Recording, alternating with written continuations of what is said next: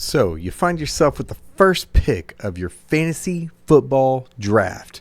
You have your choice of any player in the NFL football world, but you're unsure of who to pick, right?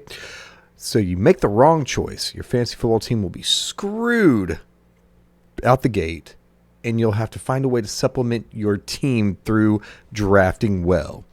Now, you risk the ridicule of those around you, and they're going to probably laugh at you if you make the wrong decision, right? However, if you make the right decision, then you're going to set yourself up for a successful year where you might win the belt or the money pot, whatever your league decides to do. Here's some possibilities for you to choose as the first pick of the draft. But first, we're going to hit that intro in 3, 2, 1.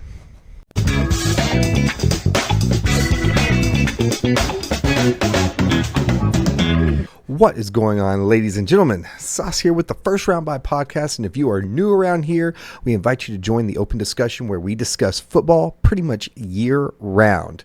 Don't be afraid to chime in the comments below. We love to hear from you, and also make sure you hit that subscribe button, hit that bell for post notifications so you know anytime we post a video. Join up with this community. Now, I will remind you guys that this list is not in any particular order, so with that being said, let's get started. So pretty much the consensus number one pick in the draft, in the fantasy football draft, especially if you're drafting PPR, is usually going to be Mr. Christian McCaffrey, good old C-Mac out of the San Francisco 49ers. So he is in a stacked offense where he is the focal point. So that makes sense, right? He actually had 391 fantasy points last year, which was actually second most in the entire league. And the other person who actually had the most is also on this list. He's great for PPR. And like I said before, he's most people's consensus number one pick. He is a safe pick if you are completely unsure. And what I mean by that is if you don't consistently play fantasy football, but yet somehow you found your way to the number one pick, he is easily the safest bet. And he's going to continue to be the focal point of that very explosive 49ers offense. So you shouldn't have any fears whenever it comes to the possibility of drafting C-Mac. In the past, he's had issues with injuries and everything, but since he's been with the 49ers, I actually don't recall him actually having a major injury that's kept him out of fantasy.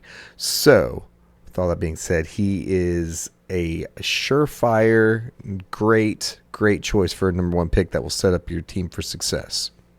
Next up, we have Mr. C.D. Lamb, and everybody knows just how explosive he was last year. He is also still in a pass-heavy offense, which is manned by Dak Prescott. They've got a couple of pretty good pieces over there, but he is definitely going to be the number one receiving option out there. I definitely think that he is very deserving of the number one pick if you do decide to choose him, because he's got a great chemistry with Dak. He actually led the entire fantasy world last year with 403 points, surpassing 25 points in 8 games. That is consistency. That is what we are looking for. That is what you're going to want to lead your team into success. And it's honestly gotten to the point where it's kind of crazy, especially with PPR, because most of the time the number one overall pick would usually be a running back, but I don't think that anybody's going to dog on you if you decide to choose CeeDee Lamb, because he was the top wide receiver last year in fantasy. So do not be afraid to pick him. He would be another one of those safer picks that I definitely personally wouldn't mind grabbing. I know everybody on this list is going to be a little bit tough for me to decide between. Next up, we've got Mr. Bijan Robinson. That's going to come as a little bit of a surprise to a lot of people. So he ended up having a rough rookie year, right? But he is being set up for a better position in his sophomore season. He has Kirk Cousins over there. That offense is pretty much tailored for him to be successful. He's an excellent all-around back, and he's going to be giving you options for running and receiving.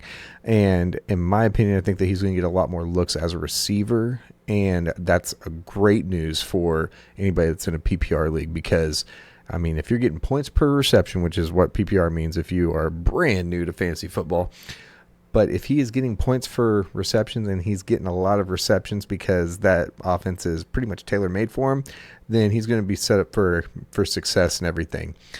I actually have him neck and neck with another running back that's actually on this list.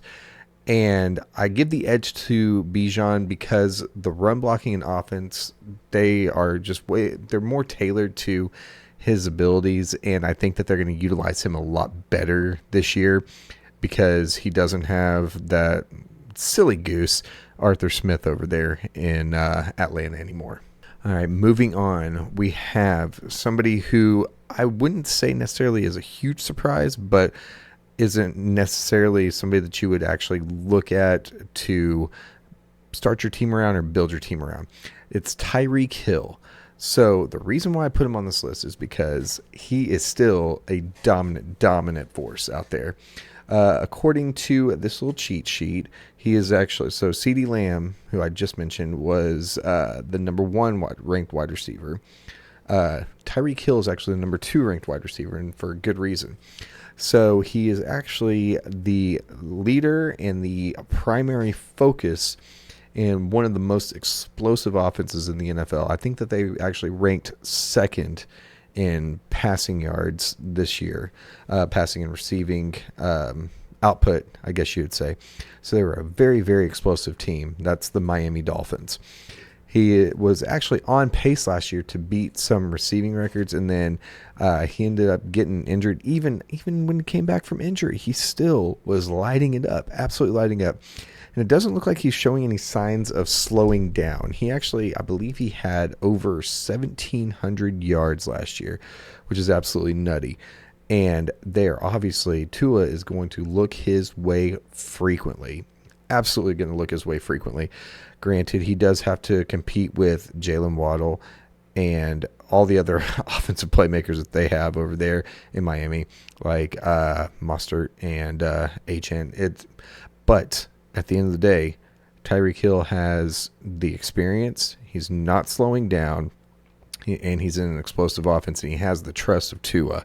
So because of that, he would be a pretty good choice if you wanted to choose him for the number 1 pick in the draft. It's all just kind of going to depend on how you want to make your team.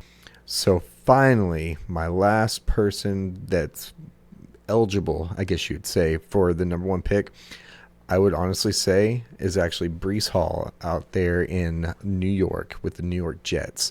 So here's a couple things on him. He appears to be fully recovered from the ACL tear that he suffered. He's going to have Aaron Rodgers back along with some other receiving options to help lighten the load from him. I think that it's going to help him quite a bit because he was actually on probably one of the most mediocre offenses in the league, but he was a bright spot. He was one of the only bright spots of that offense, and he consistently produced on that mediocre offense. So I don't think that you should really be nervous about it if you wanted to take a chance on him and then try to fill out other spots throughout the draft and everything. Now, granted, if C-Mac obviously is on the table, then I feel like most people are going to go that route. But Breece Hall or even Bijan Robinson, any of these guys that I just talked about would be great options, in all honesty. Now, Breece Hall actually averaged 20.5 touches and 20 fantasy points per game. That's insane. That's consistency, and that'll help you win quite a few games. Now, granted, like I said, this whole list that I just put out, it's all my opinion, and it's all trying to give people different ideas for the number 1 pick. I mean, most people, like I said, are going to usually either go with C-Mac or CeeDee Lamb, and you can't go wrong with either one of those. But you can also make a case for any of the players that I just put out there. And part of the reason why is just because of the fact that they have all consistently produced, and they are actually all poised for another great season in fantasy. And that should help you out for your season in fantasy. So with that being said, I know that this was kind of kind of out in left field. I knew that whenever I decided to record this. So if you think I'm completely wrong, hey, that's totally fine. Just make sure you comment down below and get in on this discussion so that we can talk about it, all right? If you ended up liking this video, if it helped you out at all, then make sure you drop a like and then hit that subscribe button, hit that bell for post notifications so you know anytime we post videos on this channel. It is me and Jose. We pretty much post pretty consistently, and we are constantly trying to put out the best content possible. So if you want to see something, if you want to talk about something, please let us know in the comments. We read them frequently. We actually respond to all of them. So with all that being said, thank you guys so much for watching. Good luck on your fantasy football season. And with that being said, we'll catch you guys in the next one.